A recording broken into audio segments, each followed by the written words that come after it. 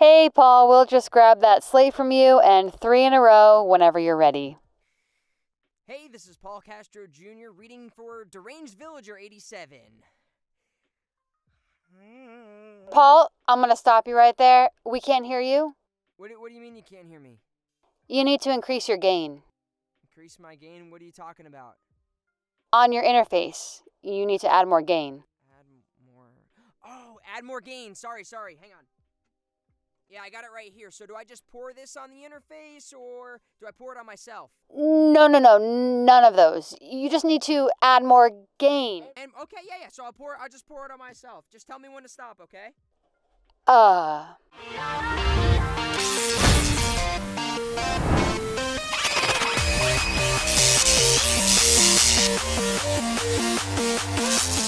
Hey, what's up, guys? Paul Castro Jr. here. And now that you all can finally hear me because my gain and my levels are set at the right place, if you could go ahead and like and subscribe, and we'll all ride these waveforms onto this wonderful little video I've got in store for you. So as you could probably tell, today I want to talk about setting your gain or your level on your interface at the proper place. That way the engineers or yourself, whoever's using these files, they can actually use them, edit them, process them, do whatever they have to do without worrying about modulating, distorting, peaking. It's not going to make their ears bleed or you go when you're screaming in the microphone. So there's a couple of different ways you can do this or ensure that everything sounds great, but depends on your setup, your situation, and where all of your equipment is. So not everybody has the luxury of keeping their interface right next to them. Sometimes their computer and their interface are in another room, so they don't hear the fan noise, and you also don't have a long enough cable to bring it in there with you, and they're in their closet in your home studio, and you can't adjust your gain on the fly. But for those of you who do have your interface near you, let's talk about the best ways you can set your gain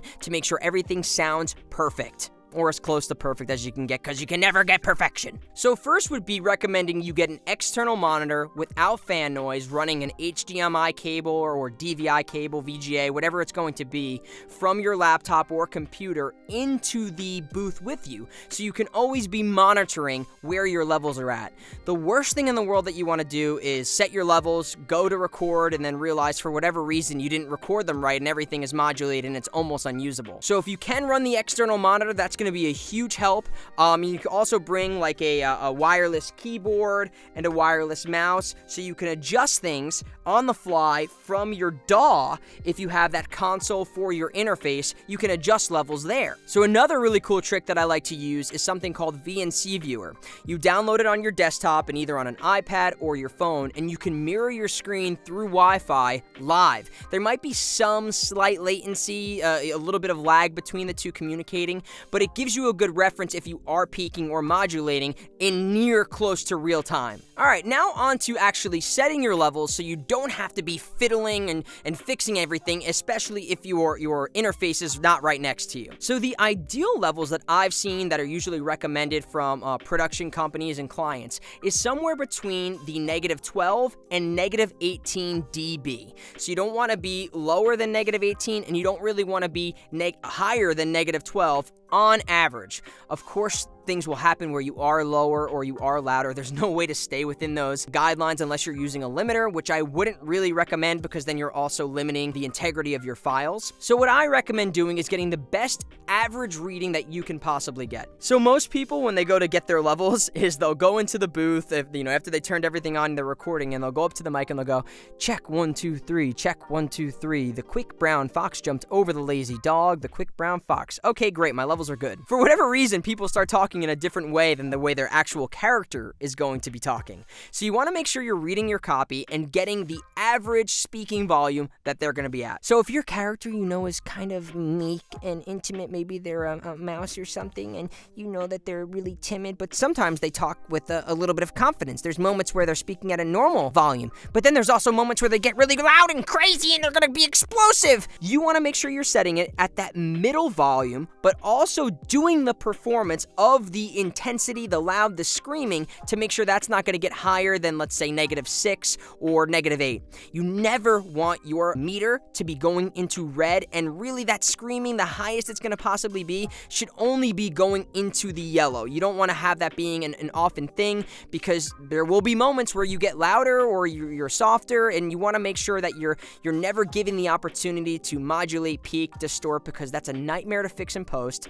You can do it with a declipping plugin, but it can still ruin the integrity of the file and make things sound a little muddy or weird. So now, if you have your interface in your booth with you and you've avoided having external noise, or the noise from your laptop isn't that terrible, you can basically be your own engineer and ride your own levels while you're recording, so long as it doesn't interfere with your performance. And that's ideally what we're trying to avoid here, is allowing you to act, make sure you're talking to somebody, having a point of view, you're in the moment, and you're not just kind of phoning in the performance. But if you know that you're going to be doing that character, that same meek character, you can increase your gain so you see you're at that -12 to -18. But as they start getting to that normal talking volume, they're getting a little bit more confident. You can pull back on the gain here, and then as they're about to scream, you could pull back even further and get zany and loud and crazy, but you're never getting higher than -6. And back to normal. So that's one thing you can do being your own engineer, and that's a great way of making sure all your files are consistent. If you have that kind of internal clock with your interface, you know where the gains are. You've worked it long enough to know where it is for certain volumes. When you're talking or speaking or screaming, you know generally where the knob needs to be. That's a great way of avoiding it, because the number one thing that you also don't want to do is you don't want to be pulling off the microphone for when you're screaming. As you can tell, things are starting to sound more hollow. There's more reflections being put into the capsule right now, because the sound is bouncing off of places before it gets in to the capsule. You're not able to practice the proximity effect. And if you're curious what proximity effect is, I made another video on it a couple of weeks ago. You definitely want to make sure you're practicing a good proximity effect, 6 to 8 inches away from your microphone, sometimes even closer if you really want to enhance that proximity effect and make your characters have more of that low end or whatever you're trying to accomplish with the character. So my point being that pulling away from the microphone, or obviously turning your head, is not going to be a good solution for having the best quality of file, especially if it's for a high-end production. They want things to sound the closest to perfection without having to do any kind of post-processing, because like I said, if you're pulling off the microphone and then increasing the volume later, you're also bringing up the noise floor, and it's not actually bringing those frequencies that you need with the proximity effect into the recording. So since we're talking about video games and efforts, loud screams, grunts, whatever it is, battle cries, death rattles, what I like to suggest is to the producer or the director, whoever I'm on the session with, if we can break the script up into the normal talking dialogue and then the screams, efforts, everything else afterwards, so that way my character sounds consistent and I haven't ruined my vocal cords, which you shouldn't be doing anyway if you're doing those things properly, which takes a lot of practice. But it also allows you to make sure you're not going back and forth between these two levels, especially if you're the engineer doing something from home from a live recorded session. Usually it's hard enough doing these things as an actor. You don't want to be worrying about if your gain is at the right place. The ideal situation is going to be that set and forget mentality, making sure nothing is going above the level that we had talked about earlier, which is that -6 or -8. So as technology is getting cooler and crazier and the capabilities for everything sky's the limit at this point, I want to talk about an interface that I use all the time. It's the Audition Evo 4, and it has something here called Smart Gain. So basically what it allows you to do is you push this button, you start doing some dialogue, you do some of your screams, you do your low end, and then the interface will, using its technology, find the medium of all of those levels and set your gain at that place. So this is really great if you're doing a lot of auditions, you're not confident if you're setting your gain at the right place, you're just new to the industry or using interfaces in general. This is going to be something that's going to make sure you're not getting anywhere near those peak levels, but also making it sound usable. So the reason why setting your gain and your levels to a usable place right now is so important is because in the state of the world that we're in with COVID and the necessity of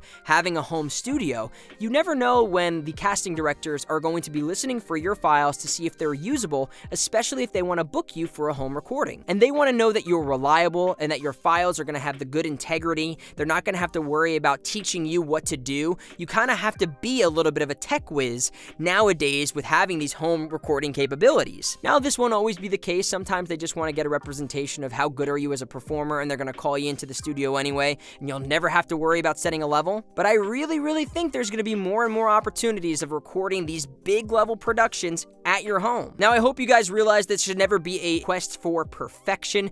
You're never going to be able to sit like at perfectly negative 14 or whatever it is, and especially if you know it's just an audition and they're not going to be used it, don't pull your hair out of making sure everything is usable. If you need to use a plugin on something that peaks but you really enjoy the performance of it, I wouldn't, worry too much about that if you have to. But again, we want to strive for that level of professionality or perfection that is, not clipping any files, not modulating, peaking, or distorting. This is your business, and you want to show your clients, production companies, that you care, you know what you're doing, you're reliable, and that if they book you, they're not going to have to worry about anything being screwed up or wrong. So that's it, guys. I hope you learned something about setting your levels and your gain. Again, this is my subjective perspective. So as always, if you guys can like, subscribe, and hit the notification bell, that way you'll know when more videos are coming in hot. Take care, everybody, and as always, I look forward to hearing you all very soon.